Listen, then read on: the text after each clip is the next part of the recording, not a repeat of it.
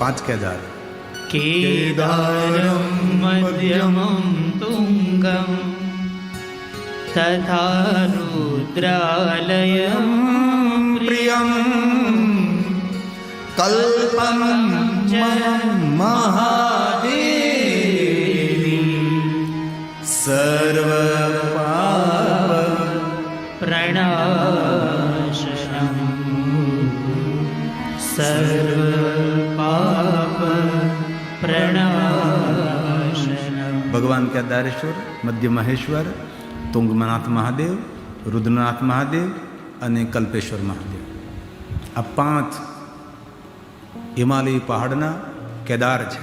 પહેલું આપણું જ્યોતિર્લિંગ કેદાર, પછી મધ્ય મહેશ્વર, પછી આ ધરતી પર એનાથી ઉપર કોઈ શિવાલય, કોઈ મંદિર નહીં, તુંગનાથ મહાદેવ. અતિ પહાડની છોટી પર, એનાથી ઉપર કોઈ નહીં. આપણે ઘણીવાર ત્યાં જઈએ તેમ થાય કે આ કેવી રીતે મંદિર બનાવ્યું છે, આ પથ્થરો ક્યાંથી લાવ્યા છે, કેવી રીતે અહીંયા આપણે ખાલી જવું તો એટલી બધી મુશ્કેલી પડે, તો કઈ રીતે? ભલે ઇતિહાસ એમ કે પાંચ પાંડવોએ બનાવ્યા છે, પણ ત્યાંના પહાડના લોકો સ્વીકારવા તૈયાર નથી. પહાડના લોકો એમ કે પાંચ પાંડવ નહીં, આ બધા જ મંદિરો દેવતાઓએ બનાવ્યા છે, સ્વયં દેવતાઓ રચિત આ બધા મંદિરો છે. કલ્પેશ્વર મહાદેવ, તુંગનાથ મહાદેવ, રુદ્રનાથ મહાદેવ, મધ્ય મહેશ્વર, કેદારેશ્વર, આ બધા જ એમને યાદ કરવા માત્ર સર્વ પાપ, જીવનના દરેક પાપોમાંથી મુક્તિ મળે છે. ગજે કર્ણ कर्णकल्पं ताण्डवरुद्रनाथं मदनशमनकर्णं मर्दने मदमहेशं नरकपतिनामं तारणे तुङ्गनाथं जयति जय जय ज्योतिर्लिंग केदारनाथं जयति जय जय ज्योतिर्लिंग केदारनाथं. યાદ કરવા માત્રથી મનુષ્યને પાપમાંથી મુક્તિ મળે છે અને મંગલ અને કલ્યાણ કરનારા આ ભગવાન મહાદેવના દિવ્ય સ્થાનો છે. બહુ દુર્લભ છે, કઠિન પણ છે. જેની ઉંમર થઈ ગઈ હોય તેને આ સપનું નહીં જોવું હોય, પણ જે નાની ઉંમરના છે એ લોકો માટે તો બહુ દર્શનીય સ્થાનો છે. ત્યાં જઈએ ને આપણે તો આપણે ધ્યાન કરવા માટે પ્રયાસ ન કરવો પડે, આમ ત્યાં બેસો એટલે ધ્યાન લાગી જાય. આટલી સુંદર દિવ્ય ભૂમિ છે. કેદાર લિંગમ છે ઉદાર લિંગમ, ઉદારતાથી ભરેલું કેદારનાથ આપણું જ્યોતિર્લિંગ. 6 મહિના માણસ પૂજા કરે, 6 મહિના દેવતાઓ પૂજા કરે. આ ભગવાન કેદારેશ્વર અનેક વાર મને જવાનો અવસર મળ્યો છે, અનેક વાર. કેટલી વાર ગયો મને ખબર નથી, એટલી વાર હું કેદારનાથ ગયો છું. પહેલાં તો કોઈ માણસ નહીં હતા દર્શન કરવા, ખાલી હતું. અમે શિવાલયની અંદર જઈને બેસતા. અત્યારે આખું સુવર્ણ બનાવ્યું છે, બધું સુવર્ણથી બનેલું છે. એક સમય તો એવો તો પૂજારી પણ આમ જોતો દેખતો કોઈ દર્શન કરવા આવે છે, બહુ ઓછા માણસો જ હતા. આ સોશિયલ મીડિયાના માધ્યમથી, પ્રચાર પ્રસારના માધ્યમથી આજે દરેક તીર્થોમાં આપણા ભક્તો જઈ રહ્યા છે. દરેક શિવાલય, દરેક જ્યોતિર્લિંગોમાં મોટી સંખ્યામાં જઈ રહેલા છે. કેદારલિંગમ ચૌદારલિંગમ, केदारलिंगं चौदारलिंगं श्रीशूलपाणि भवदुःखभाजं केदारपीठे शूरपूजितात्मा, દેવતાઓ સે પૂજિત केदारनाथं मनः स्मरामि, केदारनाथं हृदय स्मरामि. હે કેદારનાથ મહાદેવ, મનથી તમને યાદ કરું છું. હે કેદારનાથ મહાદેવ, હૃદયથી તમને હું યાદ કરું છું, સ્મરણ કરું છું, હું તમને યાદ કરું છું. કથા એટલે તમને સૌને તીર્થો તરફ લઈ જવાની યાત્રા છે. મનને પાવનને પવિત્ર કરવાની યાત્રા ભગવાનની કથા. તેથી આપણે કથાને ગંગા કહીએ છીએ. પહેલી આપણી ભાગીરથીમાં તો તમારે હરિદ્વાર કાશી જવું પડે ત્યારે એમાં તમે સ્નાન કરી શકો. અને કથા ગંગા તો એવી ગંગા છે કે તમારા ગામમાં આવીને વહે છે.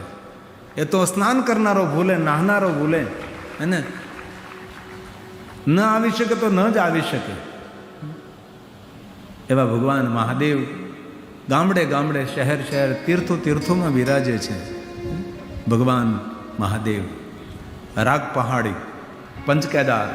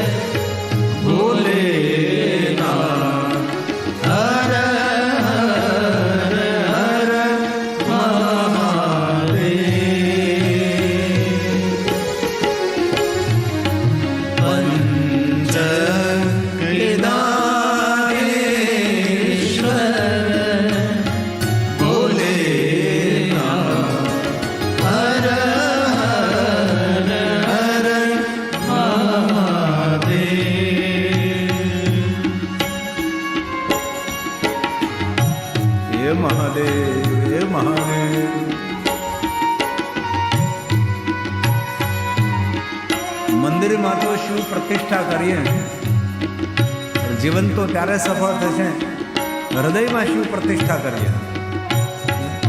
આપણા હૃદયમાં મહાદેવની સ્થાપના કરીએ. આપણે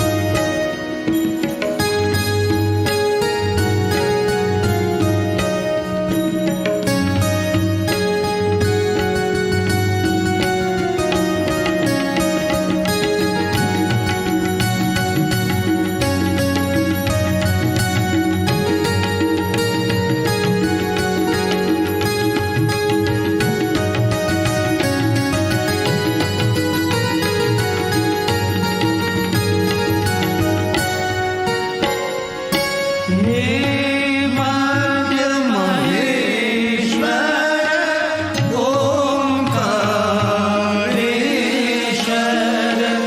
હે મધ્ય મહેશ્વર ઓમકારેશ્વર, જય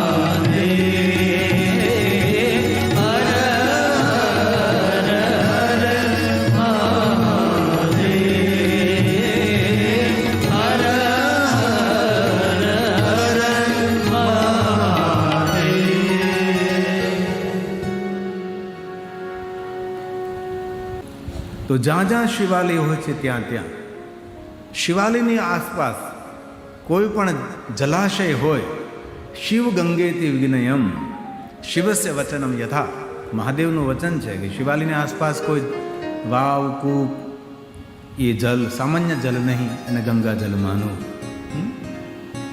અનેક સ્થાનો પર ભગવાન શિવજીના શિવાલય હોય છે. અને સુખી થવું હોય તો પૂજતાભ્યામ પિતૃભ્યામ પરમાનંદ એવહી પરમાનંદ લાભાર્થે શિવલિંગ પ્રપૂજ્યતે. વિશેષ પ્રકારે ભગવાન શિવનું પૂજન અર્ચન દર્શન કરવું આપણા સૌના માતા પિતા છે. કૃપાધિક્યમ વર્ધતે વર્ધતે, રોજ રોજ ભગવાનની કૃપા આપણા પર વધતી રહે જો મહાદેવની ભક્તિ કરીએ તો. અને બ્રાહ્મણ, ક્ષત્રિય, વૈશ્ય, શૂદ્ર, સ્ત્રી, દરેક વ્યક્તિ ભગવાન મહાદેવની પૂજાના અધિકારી છે. પણ જે શિવાલયોમાં ગર્ભગૃહમાં જવાની મનાઈ હોય ત્યાં શિવાલયના ગર્ભગૃહમાં નહીં જવું જોઈએ. આપણે અપવિત્ર હોઈએ તો પણ શિવાલયના ગર્ભગૃહમાં ન જવાય. ઘણીવાર મંદિર ઉપર લખેલું કે બહેનોએ ગર્ભગૃહમાં ન જવું, તો મંદિર ઉપર લખેલું છે તો અનુસરણ કરો ભાઈ. વ્યવસ્થાના ભાગરૂપે બહેનોને શિવાલયના ગર્ભગૃહમાં જવા ન દે તો નહીં જવાનું. પણ શિવાલયના ગર્ભગૃહમાં શિવજીને એ જ સ્પર્શ કરી શકે છે જેને કોરા વસ્ત્રો પહેર્યા છે, જેને ભીના વસ્ત્રો પહેર્યા છે, પગ નખથી મસ્તક શિખાના શિખર ઉપર પવિત્ર હોય. પગ નખથી શિખા એટલે ચોટલી, શિખાના શિખર સુધી જે માણસ પવિત્ર હોય એ માણસ શિવાલયના ગર્ભગૃહમાં જઈ અને ભગવાન શિવનું પૂજન કરે. અપવિત્ર અવસ્થામાં કોઈ દિવસ કોઈ દેવાલય, કોઈ શિવાલયમાં જવું નથી.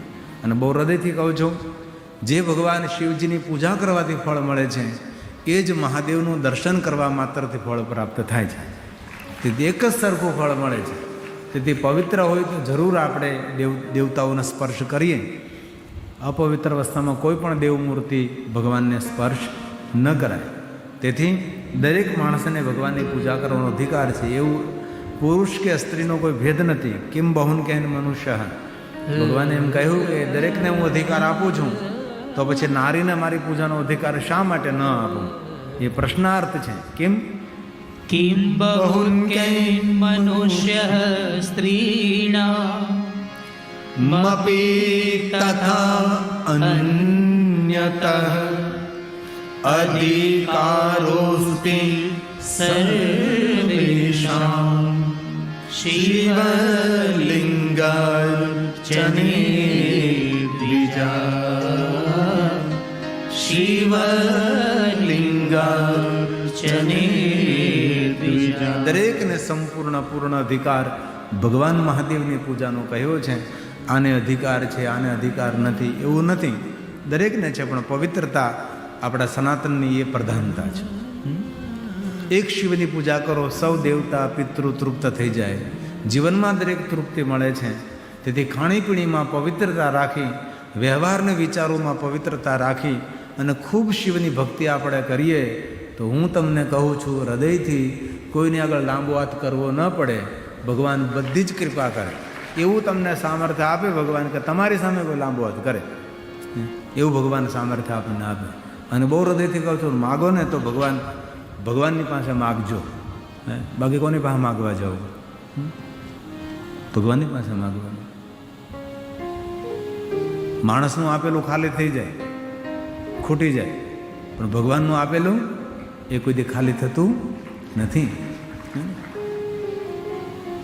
એક રાજા રોજ શિવાલય દર્શન કરવા આવે, ભગવાનનું દર્શન કરવા. રાજા ધાર્મિક રાજા હશે તો તેના પ્રધાનો, તેના મંત્રી, ખજાનથી સૌ સાથે આવે અને મહાદેવનું દર્શન કરે. ત્યારે મંદિરની બે બાજુ બેઠેલા હોય ને ભીખ માગવાવાળા ભિખારી લોકો, ભિખારીઓ બિચારા જરૂરિયાતમંદ હોય, શું કરીએ, એની મજબૂરી હોય ને માગવા માટે. એને કે માગવું ગમતું ન હોય પણ શું કરે, કાંઈ કામ ન મળતું હોય. અને કોઈને કામ આપવું ને એ મોટામાં મોટું દાન છે જયેશભાઈ. કોઈને કામ આપવું, દાન આપવું હોય તો શ્રેષ્ઠ છે જ, પણ દાન આપવા કરતાં કોઈને કામ આપવું. તમે એટલા બધા છોકરાઓને કામ આપો છો ને એ મોટું પુણ્ય છે. એટલા લોકોના છોકરાઓના ઘર હાલે, એના પરિવાર ગુજરે. આ મોટું પુણ્ય છે. કોઈને ગુજરાન, કોઈનું ઘર ચાલે, મજૂરી આપવી. તો એક ભિખારી રોજ બોલે, રાજા તને ભગવાને બહુ આપ્યું છે, થોડુંક તો મને આપ. હે રાજા, તને ભગવાને બહુ આપ્યું છે, થોડુંક તો મને આપ. પેલો બાજુમાં બેઠો ભિખારી દાંત કાઢે, હું યાર રાજા પાસે માગે છે, ભગવાન પાસે માગને. પેલો ભિખારી કહે, ભગવાન જ્યારે તું કૃપા કરીને ઉદાર બનને ત્યારે લેનારને પણ ખબર ન હોય ને એમ તું આપે છે. લેનારને ખબર ન હોય એવી રીતે તું આપે છે. અને દાન તો એવી રીતે કરે ને, જે માણસને દાન કરો છો એને ખબર પણ ન હોય એવી રીતે આપે. આપણે તો કેટલું પ્રચાર પ્રસાર કરીએ. રોજ આવી રીતે ચાલ્યા કરે, રોજ આવી રીતે ચાલ્યા કરે. પેલો ભિખારી કહે, હું રાજા પાસે માગે છે, ભગવાન પાસે માગને. અને પેલો ભિખારી રોજ ભગવાન પાસે માગે, ભગવાન તારા જ્યારે દરવાજા ખુલશે ને ત્યારે મારા જીવનમાં કોઈ કમી નહીં રહે, મારે ભીખ માગવાનું બંધ થઈ જશે, તું જ્યારે આપીશ ને ભગવાન ત્યારે. અને બાજુમાં બેઠેલો ભિખારી કહે, હે રાજા, ભગવાને તને બહુ આપ્યું, થોડુંક તો મને આપ. ઘણા આપણે જાણે થતું ભગવાનની બહુ કૃપા છે, થોડુંક તો આપો. એવા ઘણા આવે, ખબર ને, બહુ ભગવાનની મારી પાસે બહુ આવે, બહુ ભગવાનની કૃપા કરે, થોડુંક તો આપો. આવું કરે. પણ ઘણીવાર નામ મોટું હોય, બીજું આપણી પાસે કાંઈ ન હોય. અને એવું કોઈ દિવસ ન માનું કે જેનું બહુ નામ મોટું છે તેની પાસે ખૂબ પૈસા છે. કાં દામ કમાવો કાં નામ કમાવો, બંને વસ્તુ સાથે નહીં મળે. તો એક દિવસ રાજાને એમ થયું કે આ રોજ માગે છે, અને એના પ્રધાનને કહ્યું, પ્રધાન આજ ખીર બનાવો. સુંદર મજાની ખીર બનાવી અને પાત્ર ભરીને ખીર આપો, અને ખીરને તળીએ એટલી સોનામારો મૂકી દો કે આ ભિખારીને જીવન આખું ભીખ ના માગવી પડે. એટલી સોનામારો તેને આપે, કારણ કે રાજા છે ને. એટલે સુંદર ખીર બનાવી રાજ દરબારમાં, અને સુંદર પાત્રમાં ખીર ભરી અને નીચે એટલી બધી સોનામારો મૂકી દીધી કે ભિખારીને જિંદગી પર્યંત ભીખ ન માગવી પડે. પ્રધાનો સાથે આવ્યા રાજા, એ રાજા, ભગવાને ખૂબ આપ્યું, કાંઈક તો આપ. રાજાએ કહ્યું પોતાના પ્રધાનને કે ખીર આપો એને. રાજાએ ખીર આપી. ખીર હાથમાં લીધી પણ સંતોષ તો ન જ થાય ને, બસ ખીર. રાજા ભગવાનનું દર્શન કરી અને રાજા જતા રહે છે. પેલો ભિખારી કહે છે, માગ્યું તો ભગવાન, રાજાએ ખીર આપી. કાંઈ વાંધો નહીં, ખીર તો ખીર આપી તો ખરી. રોજ રાજા પાસે માગનારો ભિખારી અડધી ખીર પીવે છે, અને અડધી ખીર બાજુમાં જે ભિખારી બેઠો હતો, જે રોજ ભગવાનને પાસે માગે છે, એને આપી દે છે. આલે આ રાત દરબારમાંથી આવેલી ખીર છે, ટેસ્ટ તો કર, ચાખ તો કરો. પેલો ભિખારી કહે નહીં, સંધ્યા સમયે ભગવાનની પૂજા થઈ જાય, ભગવાનની આરતી થઈ જાય પછી મારે ઝૂંપડે જઈને હું ખીર પીશ. આ ભગવાન બુદ્ધિ આપે હો આપણને, ભગવાન બધી બુદ્ધિ આપે. આ ધીમહી બુદ્ધિ દીક્ષિત કરે ભગવાન આપણે. અરે પી જાને, તો કે ના ના, આરતી થશે સંધ્યા સમયે અને ઘરે જઈશ, ઝૂંપડે જઈ મારા પરિવારના જનોની સાથે બધાને હું થોડી થોડી ખીર પીવડાવીશ. પછી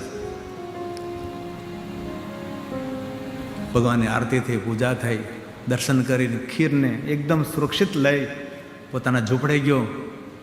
કીધું જો રાત દરબારમાંથી ખીર આવી છે, મારી બાજુમાં ભિખારી બેસે છે, તેના માટે ખીર રાજા લાવ્યા હતા, પણ એ ખીર મને બાજુવાળા ભિખારી આપી અને આપણે સૌ સાથે ખીર પીએ.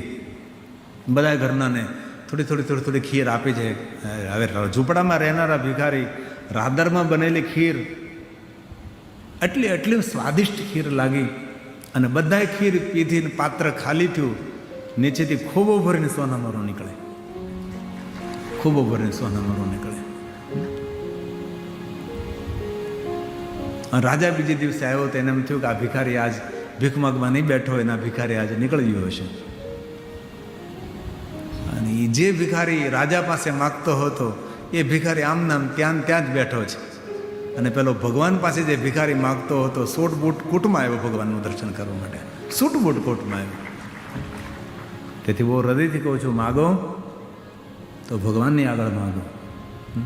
અને ભગવાન જ્યારે આપણા દરવાજા ખોલશે ને ત્યારે આપણને ભગવાન એટલું સામર્થ્ય આપશે કે કોઈના દરવાજા તમે ખોલી શકશો, ભાગ્યના. તેથી મહાદેવની ખૂબ ભક્તિ કરીએ, ભગવાન શિવને ખૂબ યાદ કરીએ આપણે અને સારા કર્મો કરીએ. ભગવાન વ્યાસે એક બહુ સરસ વાત કરી છે, બહુ સારી વાત કરી છે. ભગવાન મહાદેવની પૂજા દિન રાત કરો, તમે દિવસે કરો, રાત્રે કરો, સંધ્યા સમયે કરો, નિરંતર ભગવાનની ભક્તિ કરો. ઘણા લોકો ખૂબ માળા કરે, ખૂબ ભક્તિ કરે, પૂજા કરે, અર્ચન કરે, પણ જ્યાં સુધી પોતાની જીવનશૈલી નહીં બદલે, જ્યાં સુધી તેનો ઉદ્ધાર નહીં થાય, જ્યાં સુધી પોતાના કર્મો નહીં બદલે, ત્યાં સુધી તેનું કોઈ દિવસ કલ્યાણ ન થાય. ગમે એટલી ભક્તિ કરીએ પણ આપણા કર્મો આપણે બદલવા પડે. કલયુગની અંદર ભક્તિનું ફળ બીજા નંબરે મળે છે, આપણા કર્મોનું ફળ પહેલાં મળે છે. આ કલયુગનો એક પ્રભાવ છે. તેથી સુખી થવું હોય તો આપણે જીવનની શૈલી બદલવી પડે. આપણી ખાણીપીણી, રહેણી કહેણી, વાણી વ્યવહાર બદલવો પડે, આપણા કર્મો બદલવા પડે, તો આપણે સુખ અને શાંતિના અધિકારી છીએ. તેથી કર્મોનું ફળ મળે છે, એટલું યાદ રાખજો. ભક્તિ ઓછી કરો પણ આપણા જે કર્મો છે વધારે બદલો. એવા સત્કર્મો, એવા સારા કાર્યો કરીએ કે આપણો સમાજ અને ગામ ને પરિવાર તો રાજી થાય, પણ ભગવાન મહાદેવ રાજી થાય કે ધન્ય છે તારા સત્કર્મોને, હું પ્રણામ કરું છું. હું સારું લગાડવા માટે પ્રશંસા નથી કરતો મારા જજમાનની, પણ તમે જુઓ, આપણે 5 માણસોને જમાડી શકતા નથી, એને આપણા ખેતરમાં કામ કરતા મજૂરને આપણે જમાડી શકતા નથી. આટલી મોટી સંખ્યામાં 9 દિવસ સુધી આપણને સૌને ભોજન પ્રસાદ જમાડે છે. હું તમને કહું, એવી મજા આવે. કાલે અમારે મહેમાન આવ્યા તે કહેતા હતા, બાપુ જમવું તો નહીં હતું પણ ત્યાં નીકળ્યા ને એટલે સુગંધ એવી આવે ને તો સુગંધ ખેંચીને ત્યાં લઈ ગઈ. એટલું સુંદર સ્વાદિષ્ટ ભોજન. તેથી કલયુગનો પ્રભાવ છે. જેવા કર્મો કરશો એવું ફળ પ્રાપ્ત. એવમ જ્ઞાતવ નર કુર્વન, જેવા કર્મો કરશો તેવા ફળ મળશે. એવમ જ્ઞાત્વા નરઃ કુર્વન, સારા કર્મો, સારા વિચારો, સારી પ્રવૃત્તિ, સારું કરીએ, ભેગા મળીને કાંઈક સારું કરીએ, ભેગા મળીને કાંઈ સારું વિચારીએ. આપણે વિચારોનું વાવેતર કરું છું, વાવણી કરું છું. હું ખેડૂત છું. પેલો ખેડૂત ખેતરમાં બીજ વાવે, હું કોઈના હૃદયમાં દિમાગમાં બીજ વાવું છું કે સારું કરો, સારું કરો, સારું કરો, સારું કરો, હે ને. આજે સવારે અમારે કથાના જજમાન આવ્યા હતા, તો ગામનું નામ નહીં આપું, પણ સવારમાં આવ્યા હતા. તો આટલી રકઝક કરે. મેં કીધું ભાઈ મારો ખર્ચ કાંઈ નથી, આટલું મોટું સાઉન્ડ, આટલા રેકોર્ડિંગ કેમેરા, આટલો મોટો અમારો પરિવાર, અને સૌ ઘર બાર પરિવાર છોડીને બહાર રહે છે. અને કથા કરવા માટે જીવનમાં કેટલો ત્યાગ કર્યો હોય એ તમને ખબર છે. અન્ય સ્થાનો પર તમે એટલો મોટો ખર્ચ કરો છો, અમારી સાથે શા માટે આવો તમે રકઝક કરો છો? આ જવારે કેનારે આવ્યા હતા અને એનું વાત કરતો હતો. મેં કીધું મેં કોઈ છાશ નથી ખાધી, દહીં નથી ખાધું, માખણ નથી ખાધું, કેરી નથી ખાધી, આથાવાળી વસ્તુ નથી ખાધી. જ્યારે બોડી મેન્ટેન થાય, જ્યારે આરોગ્ય રહે, ત્યારે તંદુરસ્તી રહે. એનારે બેન હતા આમ સલામ મારવા લાગ્યા. આમનામ ભગવાનની કથા નહોતા. મેં કીધું બીજી જગ્યાએ તમે કંજુસાઈ કરો ને, અમને તમારે એમ કહું છું કે ગિરિબાપુ કથા સારામાં સારી મસ્તીથી કરો, તમારા શિવાલયમાં 5 લાખ રૂપિયા વધારે આપી દઈશું તો મજા આવે. આ તો આપણી સાથે બાંધછોડ કરવા બેસે. શા માટે ભાઈ?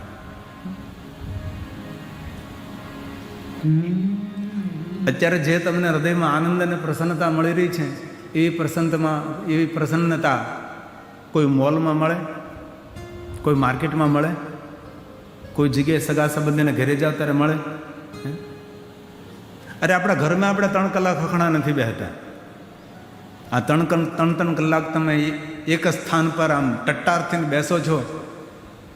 12 વર્ષ કોઈ હિમાલયમાં સાધુ તપ કરીને એનું પુણ્ય તમને પ્રાપ્ત થાય છે. તેથી કથા કોઈને કોઈ જીવનમાં ફલિત થાય છે. ઇસીલિए ભગવાન વ્યાસજીને કહા એવમ एवं ज्ञात्वा नरः कुर्वन् यथोक्त फलभाग् भवेत्. જેવા કર્મો કરશો તેવા ફળની પ્રાપ્તિ થશે. કારણ કે કલયુગ છે, કર્મો બદલવા પડશે, જીવનશૈલી બદલવી પડશે, રહેણી કહેણી બદલવી પડશે, ખાણીપીણી બદલવી પડશે, તો જ બધું સારું થશે. કથા સાંભળીને તમે જતા રહો એમ ન હાલે. કાંઈક ને કાંઈક તો નવું કરવું પડશે. આ કલયુગ છે. કલો યુગે વિશેષેણ ફલ સિદ્ધિસ્તો કર્મણા ફલ સિદ્ધિસ્તો કર્મણા. તો આ સંકલ્પ કરવાનો છે. સારા કર્મો કરીશ, સારું કરીશ, સારું વિચારીશ, સૌ માટે સારું બોલીશ. રામચરિત માનસ તુલસીને કહા કર્મ પ્રધાન વિશ્વ રચી રાખા. આખા વિશ્વની રચના કરી છે, આખા વિશ્વની રચના કરી, પણ કર્મની પ્રધાનતા આપી છે. આ તુલસીના શબ્દો છે. કર્મ પ્રધાન વિશ્વ રચી રાખા. કોઈને માટે સારું ન બોલી શકીએ, પણ નબળું તો બોલવું જ નહીં. સારું ન વિચારી શકીએ, પણ નબળું તો વિચારવું જ નહીં. હે ને?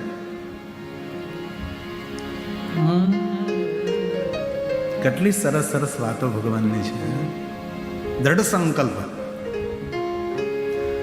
કર્મ પ્રધાન વિશ્વ રચી રાખા. જો જસ કરહી સો તસો ફલ ચાખા. જેવું કરશો તેવું જ પામશો. જો જસ કરહી સો તસો ફલ ચાખા. બાવળ વાવ્યું હોય તો કાંઈ કેરી ન આવે, એના માટે આંબો જ વાવવો પડે ને. એટલે જીવનમાં જેવું વાવેતર કરશો તેવું ઉગશે. તેથી આપણે સૌએ ધ્યાન રાખવાનું છે. એક વાત કહું, તમે જ નહીં કયો એમ. કોઈ માણસ ગરીબ હોય ને, નિર્ધન, એને આળસનું પ્રતીક છે. આવડત અને બુદ્ધિનો અભાવ છે. આ દુનિયામાં જેટલી જેટલી ક્રાંતિ થઈ ને, એ રાજમહેલમાં નથી થઈ, ઝૂંપડામાંથી ક્રાંતિ થઈ છે. માટી ઉછેરો ને મુઠ્ઠી ઉછેરો માનવી. જેટલા જેટલા ટોપ પર જે પહોંચ્યા છે તેને ત્યાં જુઓ તમે કહાની, તેની કથા જુઓ. આળસુ માણસોની એક પણ અપેક્ષા પૂરી ન થાય. તેથી મારા યુવાન ભાઈઓ બહેનોને પ્રાર્થના છે, આળસને દૂર દૂર ધક્કો મારીને કાઢી મૂકવાની, ખંખેરી નાખવાની. દિવસ રાત્રિ મહેનત કરવી પડે, ત્યારે બધું થઈ શકે. જે પસીનાથી નાય તેને સિદ્ધિ જઈ વરે. તેથી છોકરાઓને ખૂબ પ્રાર્થના છે, ખૂબ મહેનત કરો. દૂર દૂર સુધી, ભલે બધા કહેતા કે 8 કલાક હોવું જોઈએ, 9 કલાક હોવું, 7 કલાક હોવું જોઈએ. હું તો રે ને ભાગ્ય હુતા રે ભાઈ. ગિરિબાપુ કોઈ 3 કલાકથી હુતા નથી વધારે. ત્યારે બધું થઈ શકે. તેથી મારા છોકરાઓની પ્રાર્થના છે, ખૂબ મહેનત કરો. ગપાટ સપાટ અમારે ગામમાં આટા ન મરે. ગરીબ પરિવારમાં જન્મ થવો એક ઘટના છે, પણ એ જ ગરીબાઈમાં મરવું એના ગુનેગાર આપણે છીએ. કોઈ શેઠના ભાગે એવી રીતે કામ કરો, એવી રીતે કામ કરો શેઠની સાથે કે શેઠને તેના દીકરા વગર ચાલે પણ તમારા વગર નહીં ચાલવું જોઈએ. ત્યારે તમે જીવનમાં સફળ થાવ. હે ને? આમનામ થોડું તમે સફળ. તમારા વગર એ શેઠને એક ડગલું ના હાલે. બાકી તો તમે ધારો તો કરી શકો છો. તુલસીનું વચન છે, સકલ પદાર્થ सकल पदार्थ हे जग माही, सकल पदार्थ हे जग माही, कर्म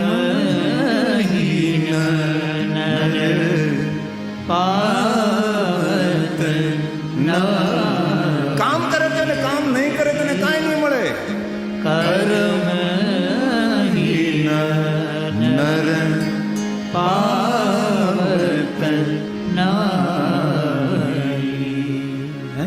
તેથી ખૂબ મહેનત કરો, ખૂબ પુરુષાર્થ કરો. અને આવા સફળ પુરુષોની કથા વાંચો, ખબર પડે એ લોકો કેટલી કેટલી મહેનત કરી છે. દૂર જવાની જરૂર નથી.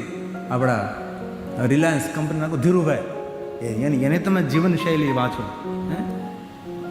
ક્યાં સૂઝ, ક્યાં સમજણ. તેથી મારા યુવાન દીકરાઓ દીકરીઓને મારી પ્રાર્થના છે. શ્રી રામ. શ્રી રામ જય રામ, જય જય રામ. શ્રી રામ જય રામ, જય જય રામ.